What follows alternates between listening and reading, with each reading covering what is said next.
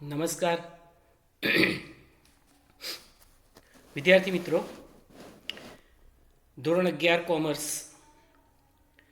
વિષય વાણિજ્ય વ્યવસ્થા અને સંચાલન, એમાં પ્રકરણ નંબર 8.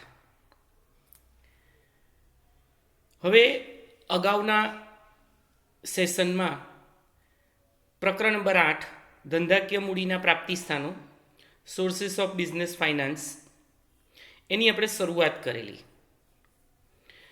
અને પ્રારંભિક ઇન્ટ્રોડક્ટરી પાર્ટ જોયા પછી આપણે એ બાબતની ચર્ચા કરી કે ભાઈ ઔદ્યોગિક ક્રાંતિને કારણે ઉદ્યોગ ધંધા વેપારના સ્વરૂપો મોટા થતા ગયા અને એને કારણે મોટા પાયા પર મૂડીની જરૂરિયાતો ઊભી થઈ, મોટા સ્વરૂપો અસ્તિત્વમાં આવ્યા જેવા કે જોઈન્ટ સ્ટોક કંપની. અને એ ધંધો શરૂ કરવા માટે, ધંધાની સ્થાપના કરવા માટે, ધંધાનો વિકાસ કરવા માટે, વિસ્તરણ કરવા માટે, આધુનિકીકરણ કરવા માટે મૂડીની જરૂરિયાત મોટા પાયા પર ઊભી થઈ. આ મૂડીની જરૂરિયાતને પહોંચી વળવા માટે ઘણા બધા પ્રાપ્તિ સ્થાનો હોય છે. આ ચેપ્ટરમાં આપણે ધંધાકીય મૂડીના વિવિધ પ્રાપ્તિ સ્થાનોનો પરિચય મેળવવાના છીએ. આપણે ધંધાકીય મૂડી એટલે શું, નામાની દ્રષ્ટિએ અને વાણિજ્યની દ્રષ્ટિએ મૂડીમાં તફાવત છે એની ચર્ચા કરી. મૂડી એટલે ધંધાની નાણાકીય જરૂરિયાતો સંતોષવા માટે ઊભું કરવામાં આવેલું ભંડોળ, એને મૂડી કહેવાય. ત્યારબાદ આપણે એક 5 માર્ક્સનો પ્રશ્ન, ધંધાકીય મૂડીની જરૂરિયાતને અસર કરતા પરિબળો અથવા તો એની જરૂરિયાત શું છે, એમાં આપણે જોયું for the establishment of business, ધંધાની સ્થાપના માટે, સ્થિર મિલકતોની ખરીદી કરવા માટે, ચાલુ મિલકતો ખરીદવા માટે, for the modernisation and expansion of business, ધંધાના વિસ્તરણ અને આધુનિકીકરણ કરવા માટે, અને આકસ્મિક જરૂરિયાતોને પહોંચી વળવા માટે, ફોર ધ એક્સિડેન્ટલ રિક્વાયરમેન્ટ્સ. કુલ 5 મુદ્દા એ આપણે ધંધાકીય મૂડીની જરૂરિયાતો કઈ કઈ હોઈ શકે. ફક્ત રોકાણની જ જરૂરિયાત હોય એવું નથી. આ જુદા જુદા ઓકેઝનમાં આપણને મૂડીની જરૂર પડે અને એ રીતે આપણે મૂડી એકત્ર કરવી પડે. સમયગાળાની દ્રષ્ટિએ લાંબા ગાળાની, ટૂંકા ગાળાની, મધ્યમ ગાળાની મૂડી, સ્થાયી મૂડી, કાયમી, કાર્યશીલ મૂડી, ચાલુ મિલકતોમાં રોકાયેલી હોય એવી. તો આવા જુદા જુદા સ્વરૂપની મૂડી મેળવવા માટે આપણે જુદા જુદા પ્રાપ્તિ સ્થાનો પર આધાર રાખીએ છીએ. વિદ્યાર્થી મિત્રો, આ પ્રકરણમાં આપણે 2 પ્રકારના મુખ્ય પ્રાપ્તિ સ્થાનોનો પરિચય મેળવીશું. એક છે માલિકીના ભંડોળ અને બીજું છે ઉછીના ભંડોળ. માલિકીના ભંડોળ જે છે એ 3 સ્વરૂપના છે. ઇક્વિટી શેર, જેને આપણે સામાન્ય શેર પણ કહેવાય, બીજું છે પ્રેફરન્સ શેર અને ત્રીજું છે નફાનું ધંધામાં પુનઃરોકાણ અથવા રાખી મૂકેલ કમાણી. બંને નામ ચાલે, રાખી મૂકેલ કમાણી અથવા નફાનું ધંધામાં પુનઃરોકાણ. ઇક્વિટી શેર જે છે એના વળી પાછા 3 પ્રકારો આપણે ભણવાના છે. સામાન્ય equity share, sweat equity share, અન્ય ઇક્વિટી શેર. એમાં સ્વેટ ઇક્વિટી શેર જે છે એ બિલકુલ પરીક્ષાલક્ષી છે.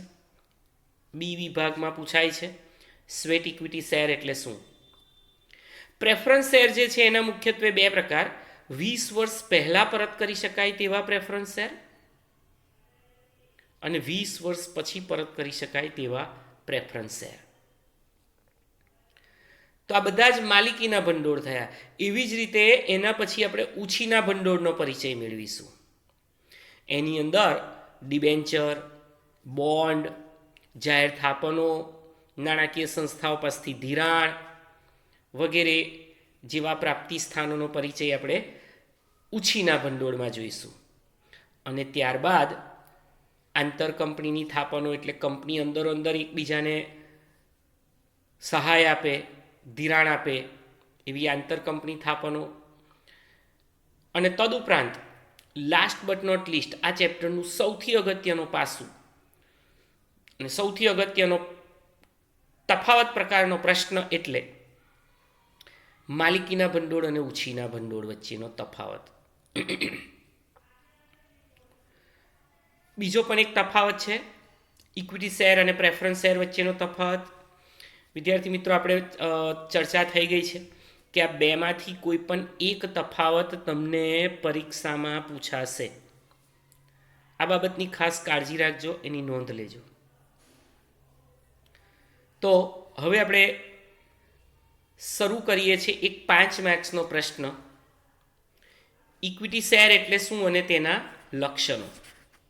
ધંધાકીય મૂડીના પ્રાપ્તિ સ્થાનો અંતર્ગત જે માલિકીના ભંડોળ છે એ માલિકીના ભંડોળમાં સૌથી પહેલું ભંડોળ એટલે ઇક્વિટી શેર. તમને સ્વાધ્યાયમાં 5મા પ્રશ્નની અંદર બીજો પ્રશ્ન પૂછાયેલો છે 5 માર્ક્સનો. શેરની વ્યાખ્યા જણાવીને સામાન્ય ઇક્વિટી શેરની લાક્ષણિકતાઓ સમજાવો. વિદ્યાર્થી મિત્રો, 5 માર્ક્સનો આ પ્રશ્ન છે. ખૂબ જ કાળજી રાખી તૈયાર કરો. આ કન્ટેન્ટ જે છે એ માત્ર 11માં પૂરતું નહીં, પણ આગામી તમારા ભવિષ્યના તમામ સિલેબસમાં, કોર્સમાં જ્યારે કોમર્સ લીધું છે ત્યારે એ આવશે જ આવશે. તો આપણે ઇક્વિટી શેર એટલે શું એ પહેલાં સમજીએ. Share, SHARE, share. શેર એટલે હિસ્સો, ભાગ. સાદા શબ્દોમાં એવું કહેવાય કે કંપનીની મૂડીમાં તમારો ભાગ છે, તમે રોકાણ કર્યું છે, તમારો હિસ્સો છે, એટલે શેર. અહીં ઇક્વિટી શેર એટલે શું? કંપની જ્યારે મોટા પાયા પર મૂડીનું એકત્રીકરણ કરવાની હોય ત્યારે કોઈ એક વ્યક્તિ કે વ્યક્તિનું સમૂહ કરોડો અબજો રૂપિયાનું મૂડીરોકાણ કરવા માટે સમર્થ નથી હોતા અને જોખમ ઉઠાવવા તૈયાર પણ નથી હોતા. તો એવા કેસમાં કંપની ધારાની જોગવાઈ પ્રમાણે કંપની લાંબા ગાળાની મૂડી શેરના માધ્યમથી મેળવી શકે, એ છે ઇક્વિટી શેર. ઇક્વિટી શેરની વ્યાખ્યા ત્યાં પેન્સિલથી અંડરલાઇન કરી અને 1 માર્ક્સ લખી રાખજો. જે શેરને ડિવિડન્ડ મેળવવાનો તથા મૂડી પરત મેળવવાનો હક સૌથી છેલ્લે મળતો હોય તેને ઇક્વિટી શેર કહે છે. વિદ્યાર્થી મિત્રો, હું વ્યાખ્યા સમજાવું છું. ડિવિડન્ડ એટલે શું? ડિવિડન્ડ એટલે જે રોકાણકારોએ શેરમાં રોકાણ કર્યું છે, એટલે કે કંપની સ્વરૂપને મૂડી આપી છે, એ મૂડી પર કંપની જે કંઈ પણ નફો પ્રાપ્ત કરે વર્ષને અંતે એ નફાનો કેટલોક હિસ્સો શેર હોલ્ડરોને ડિવિડન્ડ સ્વરૂપે ચૂકવાતો હોય છે. અને એ ફરજિયાત નથી હોતું, યાદ રાખજો. એટલે આપણે એવું કહી શકીએ કે ડિવિડન્ડ એટલે ઇક્વિટી શેર હોલ્ડરોને ઇક્વિટી શેર ઉપર ચૂકવાતું એક પ્રકારનું વળતર છે. કારણ કે ઇક્વિટી શેરના ધારણ કરનારાઓ કંપનીના સાચા માલિકો છે. તેઓ કંપનીના સાચા માલિકો છે કારણ કે તેઓએ રોકાણ કર્યું છે, લાંબા ગાળાનું રોકાણ કર્યું છે. તેઓ જોખમ ઉઠાવનારા છે, રિસ્ક ટેકર. પછી બીજું કયું છે કે મૂડી પરત મેળવવાનો હક. યાદ રાખજો, કંપનીએ શેરની મૂડી જીવન પર્યંત પાછી નથી આપવાની, પણ જ્યારે કંપનીનું વિસર્જન થાય છે ત્યારે ઇક્વિટી શેર ધારકોને પણ એમની મૂડી પરત કરવાની હોય છે. પણ મિત્રો, અહીંયા 3 સ્ટેપમાં મૂડી પરત થશે. કોઈ પણ કંપનીનું જ્યારે વિસર્જન થાય ને ત્યારે સૌથી પહેલાં તેના લેણદારોને ચૂકવાય, એટલે કે ડિબેન્ચર ધારકોને વ્યાજ સહિતની ડિબેન્ચરની મુદ્દલ રકમ પરત કરવામાં આવે છે. પછી વધે તો પ્રેફરન્સ શેર ધારકોને ચૂકવાય, એટલે કે પસંદગીના શેર હોલ્ડરોને. પ્રેફરન્સ શેર એટલે પસંદગીના શેર. અને પછી વધે તો ઇક્વિટી શેર હોલ્ડરોને મૂડી પરત મેળવવાનો અધિકાર છે. એટલે એને આધારે અહીંયા આ ડેફિનેશન બની કે જે શેરને ડિવિડન્ડ મેળવવાનો તથા મૂડી પરત મેળવવાનો હક સૌથી છેલ્લે મળતો હોય તેને ઇક્વિટી શેર કહે છે. વ્યાખ્યા બરાબર યાદ રાખજો. બી વિભાગ 1 માર્ક્સમાં પૂછાતી હોય છે. ઇક્વિટી શેર એટલે શું? 2 બાબતોને ધ્યાનમાં રાખવાની. 1, શેરને ડિવિડન્ડ મેળવવાનો અને વિસર્જન સમયે મૂડી પરત મેળવવાનો હક સૌથી છેલ્લે મળતો હોય તેને ઇક્વિટી શેર કહે છે. વિદ્યાર્થી મિત્રો, 5 માર્ક્સનો પ્રશ્ન છે. અર્થની સાથે લાક્ષણિકતાઓ પણ પૂછાય. કુલ 10 લક્ષણોની આપણે ચર્ચા કરવાની છે. પરીક્ષામાં તમે ઓછામાં ઓછા 8 લક્ષણો લખો અને 1 માર્ક્સની વ્યાખ્યા લખો. આવી રીતે 5 માર્ક્સનો પ્રશ્ન તમારો તૈયાર થાય. તો પહેલું લક્ષણ, સાચા માલિકો. ઇક્વિટી શેર હોલ્ડરો જે છે એ કંપનીના સાચા માલિકો છે, વફાદાર સાથી છે. કેમ એવું? કારણ કે ઇક્વિટી શેર હોલ્ડરો પ્રેફરન્સ શેર ધારકો કરતાં વધુ જોખમ ઉઠાવે છે. કેવી રીતે? તો કે પ્રેફરન્સ શેર ધારકોને ડિવિડન્ડ જે મળે છે એનો દર નિશ્ચિત હોય છે, જ્યારે ઇક્વિટી શેર ધારકોના ડિવિડન્ડનો દર નિશ્ચિત હોતો નથી. માટે તે જોખમ ઉઠાવે છે. ડિવિડન્ડની ચૂકવણી પણ અનિશ્ચિત છે, જ્યારે પ્રેફરન્સ શેર ધારકોને એ ચૂકવણી કરવાની છે. બીજું, વિસર્જન સમયે પ્રેફરન્સ શેર હોલ્ડરોને પહેલાં ચૂકવાશે અને પછી વધે તો ઇક્વિટી શેર હોલ્ડરોને રકમ પરત થાય. અને એટલે જ આ કેસમાં પ્રેફરન્સ શેર કરતાં ઇક્વિટી શેરને જોખમી કહ્યા છે. તે જોખમ ઉઠાવે છે. બીજું, મતાધિકાર. સામાન્ય ઇક્વિટી શેર હોલ્ડરોને સભામાં શેર દીઠ મત આપવાનો અધિકાર છે. એટલે જેટલા શેર એટલા મત. દાખલા તરીકે મારી પાસે એક ઉદાહરણ કે ભાઈ રિલાયન્સના 100 શેર હોય મારી પાસે, તો હું 100 મત આપી શકું. 50 હોય તો 50, 1000 શેર હોય તો 1000 વોટ મારા હોય. ચલો, તમે અગાઉ ભણી ગયા છો એવું કયું ધંધાકીય વ્યવસ્થાનું સ્વરૂપ છે કે જેમાં વ્યક્તિ દીઠ મતાધિકાર છે, નહીં કે શેર દીઠ? ખ્યાલ આવ્યો? સહકારી મંડળી આપણે ભણી ગયેલા છીએ. સહકારી મંડળીમાં વ્યક્તિ દીઠ મતાધિકાર છે, નહીં કે શેર દીઠ. ત્યાં તમારી પાસે ભલે ને ગમે એટલા મત શેર હોય સહકારી મંડળીના, પણ તમે એક જ મત આપી શકો. વોટિંગ પર પર્સન, જ્યારે અહીંયા વોટિંગ પર શેર. એટલે મતાધિકાર કેવો છે? શેર દીઠ છે, એવું આપણે યાદ રાખીશું. ત્રીજું, ડિવિડન્ડ. આ પ્રકારના શેર હોલ્ડરોને મળતા ડિવિડન્ડ અને રેટ ઓફ ડિવિડન્ડ એટલે કે ડિવિડન્ડનો દર બંને અનિશ્ચિત હોય છે. મળે તો મળે, ના પણ મળે. એ કંપનીની ફિલોસોફી પર આધાર રાખે છે. કંપની ધારે તો ડિવિડન્ડ રિલીઝ કરે, કંપની ઈચ્છે તો ડિવિડન્ડ ન પણ આપે. એટલે ડિવિડન્ડ અને ડિવિડન્ડનો દર બંને અનિશ્ચિત છે. Related with the profit. ચોથું, નફા સાથે સંબંધ. હમણાં જ આપણે વાત કરી, આ પ્રકારના શેર હોલ્ડરો એટલે કે શેર ધારણ કરનારાઓને મળતું ડિવિડન્ડ એ નફા સાથે સંબંધ ધરાવે છે.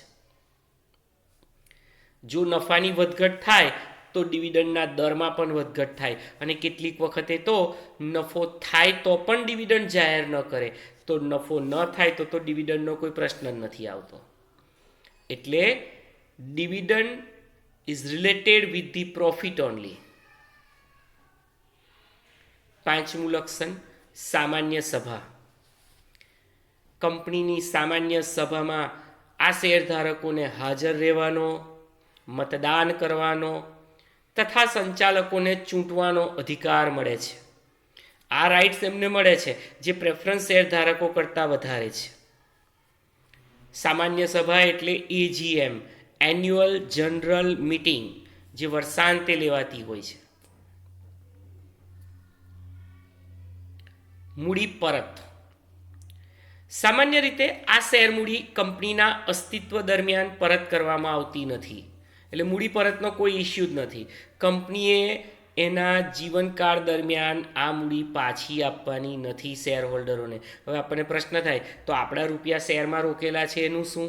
તો ભાઈ આપણે શેર બજારમાં એ શેર વેચી શકીએ, કોઈ થર્ડ પાર્ટી એને ખરીદી લેશે, પણ કંપનીની મૂડીમાં ઘટાડો થતો નથી. આ યાદ રાખજો. એટલે મૂડી પરત કરવાનો કોઈ પ્રશ્ન જ નથી આવતો. હા, કંપની વિસર્જન પામે અને તો બધી જ મિલકતો વેચ્યા પછી સૌથી પહેલાં ડિબેન્ચર હોલ્ડરોને પરત કરાય, ત્યાર પછી પ્રેફરન્સ શેર હોલ્ડરોને એમની મૂડી પરત કરાય અને પછી વધે તો ઇક્વિટી શેર હોલ્ડરોને મૂડી પરત કરવામાં આવે છે. 7મું, વિસર્જન.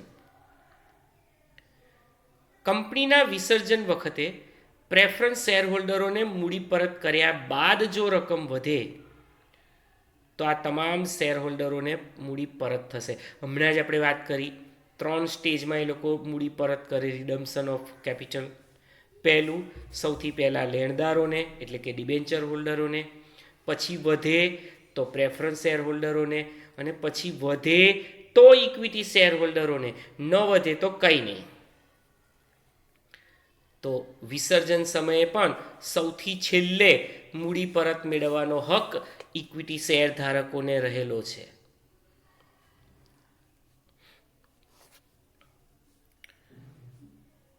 લાયકાતના શેર. લાયકાતના શેર એટલે શું?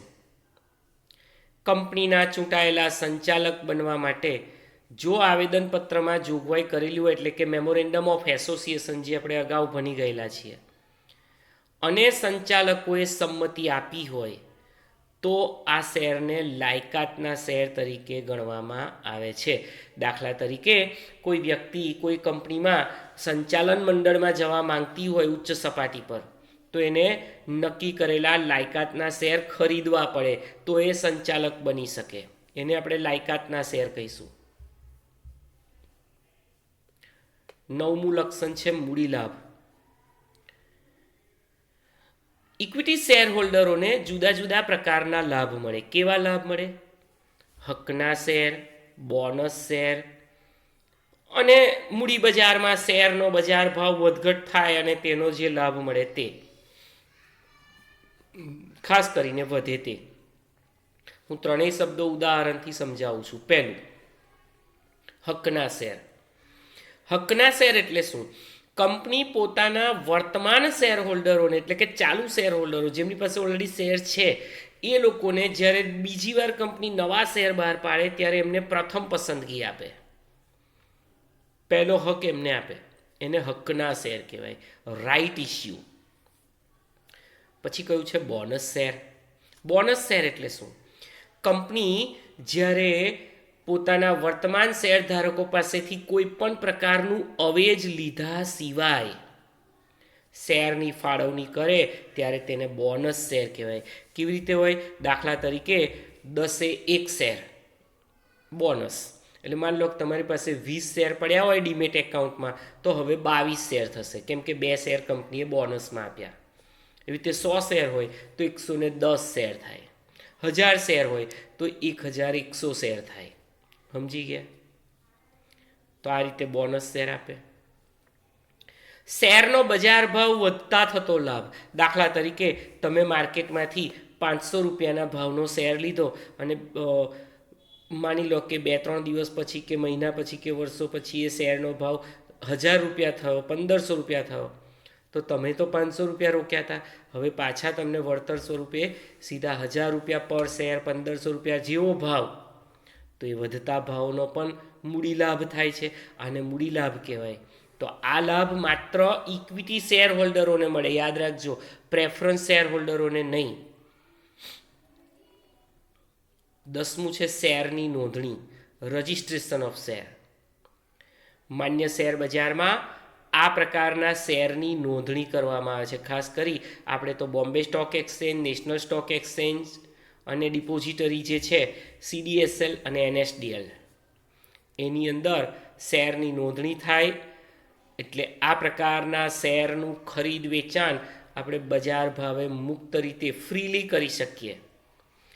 સપોઝ મારી પાસે રિલાયન્સના શેર હોય ને વેચવા હોય તો કે મારે રિલાયન્સની કંપની પાસે જવાની જરૂર નથી.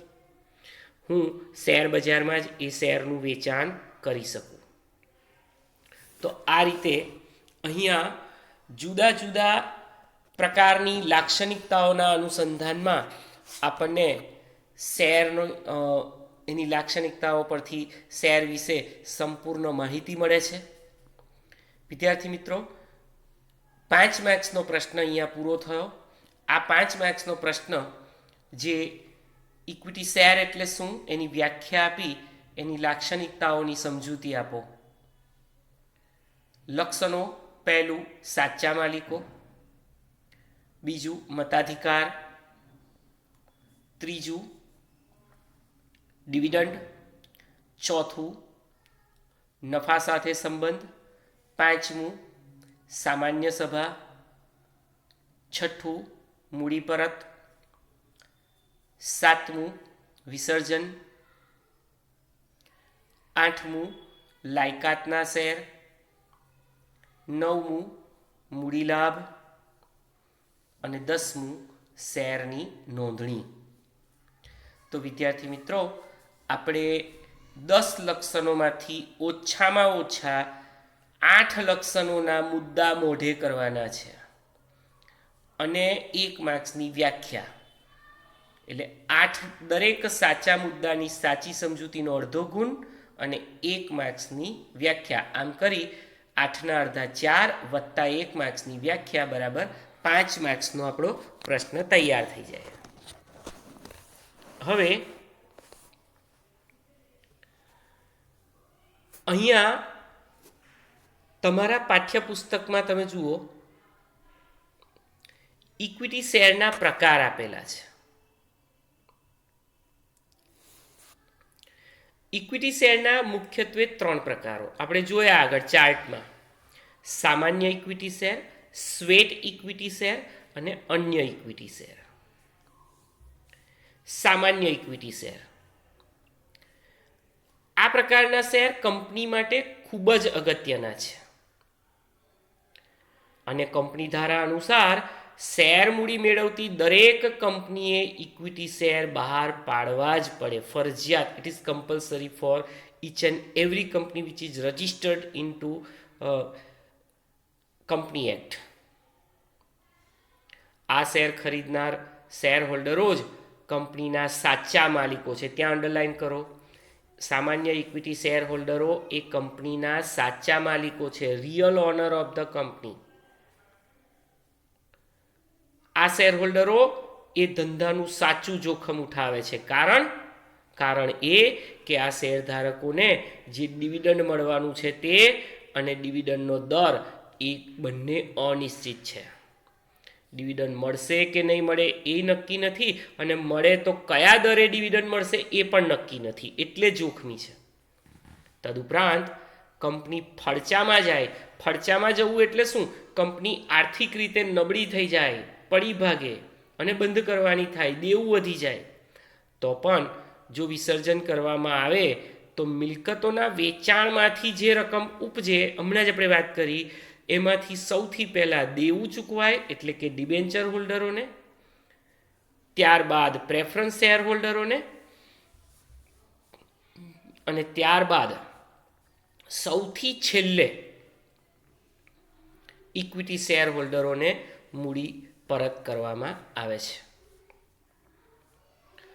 પ્રવર્તકો ટૂંકા ગાળાની, મધ્યમ ગાળાની અને લાંબા ગાળાની મૂડીની જરૂરિયાતને ધ્યાનમાં રાખી પોતાની મૂડી ઊભી કરવા માટે આવા શેર બહાર પાડે છે. કંપની મોટા પાયા પર મૂડી મેળવવા માટે એને નાના નાના હિસ્સામાં વહેંચી નાખે છે. 100 કરોડ, 200 કરોડ, 500 કરોડ રૂપિયા કોઈ એક વ્યક્તિ ન કાઢી શકે કે સમૂહ ન કાઢી શકે. એને અસંખ્ય નાના નાના ભાગમાં વહેંચી દેવામાં આવે છે અને પછી એને શેર, હિસ્સો, આ હિસ્સાને શેર કહેવાય. કંપની આ પ્રમાણે નાના હિસ્સામાં મૂડીને વહેંચે છે. આ દરેક હિસ્સો એટલે શેર, અને આ શેર ખરીદનારને આપણે શેર હોલ્ડર કહીશું. શેર હોલ્ડર એટલે શેર ધારક. શેર હોલ્ડર એટલે શેર ધારક. તો આ હતું સામાન્ય ઇક્વિટી શેર. બીજું છે સ્વેટ ઇક્વિટી શેર. વિદ્યાર્થી મિત્રો, ત્યાં અલગથી બી વિભાગ 1 માર્ક્સ લખી દો. સ્વેટ ઇક્વિટી શેર મોઢે કરી દેવાનું છે, પૂછાય એવું છે, અગત્યનું છે. કંપની તેના સંચાલકો અને કંપનીમાં કામ કરતી વિશિષ્ટ જ્ઞાન ધરાવતી વ્યક્તિઓને તથા કર્મચારીઓને, એટલે કે એ કંપનીમાં કામ કરતા એમ્પ્લોયી, એમને વટાવથી, એટલે કે 100 રૂપિયાનો શેર હોય તો 70 રૂપિયા, 80 રૂપિયા એવા વટાવથી અથવા રોકડ સિવાયના અવેજથી જે શેર ફાળવે તેને સ્વેટ ઇક્વિટી શેર કહે છે. ફરીથી યાદ રાખજો, sweat equity share specially design for the management and employee, એના કર્મચારીઓ કે વિશિષ્ટ જ્ઞાન ધરાવતા સ્પેશિયલાઇઝેશનવાળા વ્યક્તિઓ કે સંચાલકોને જ વટાવથી કે રોકડ સિવાયના અવેજથી જે શેર ફાળવે તેને સ્વેટ ઇક્વિટી શેર કહે છે. બી વિભાગ 1 માર્કનો અગત્યનો પ્રશ્ન છે. ત્રીજો પ્રકાર અન્ય ઇક્વિટી શેર. વિદ્યાર્થી મિત્રો, અન્ય ઇક્વિટી શેર વળી પાછા 2 પ્રકારના હોય છે. એક મતાધિકાર સાથેનો, કે જેમાં તમામ શેરધારકોને વાર્ષિક સામાન્ય સભાની અંદર મત આપવાનો અધિકાર મળે તેવા શેર. અને બીજું ડિવિડન્ડના સંબંધમાં જુદા જુદા અધિકારો સાથેના મતાધિકાર ધરાવતા. ડિવિડન્ડ એટલે જે વર્ષને અંતે કંપની નફો કરે એ નફામાંથી જે ડિવિડન્ડ જાહેર કરે એના અનુસંધાનમાં જુદા જુદા અધિકારો સાથે મતાધિકાર ધરાવતા ઇક્વિટી શેર. તો આ 2 પ્રકારના એ અન્ય ઇક્વિટી શેર છે. આપણે અહીંયા કોર્સમાં ફક્ત સામાન્ય ઇક્વિટી શેર, એના વિશે અગાઉ 5 માર્ક્સનો પ્રશ્ન જોઈ ગયા, એની માહિતી, એનો ખ્યાલ. બીજું સ્વેટ ઇક્વિટી શેર એટલે શું, બી વિભાગ 1 માર્ક્સનો પ્રશ્ન. અને અન્ય ઇક્વિટી શેર કયા કયા પ્રકારના હોય એ આ 2 પ્રકારો, એના મતાધિકાર સાથે અને ડિવિડન્ડના સંબંધમાં જુદા જુદા અધિકારવાળા ઇક્વિટી શેર. તો આજના આ સેશનમાં આપણે અગત્યનો 5 માર્ક્સનો એક પ્રશ્ન જોયો. ઇક્વિટી શેરની વ્યાખ્યા આપી, તેના લક્ષણો સમજાવો. ઇક્વિટી શેરના પ્રકારો પૈકી સામાન્ય equity share, sweat equity share અને અન્ય, આ 3. એમાં સ્વેટ ઇક્વિટી શેર પણ 1 માર્ક માટે ખૂબ અગત્યનું છે. હવે પછીના આગળના સેશનમાં આપણે વાત કરીશું પ્રેફરન્સ શેર, એના પ્રકારો, તેમજ ઇક્વિટી અને પ્રેફરન્સ વચ્ચેનો તફાવત.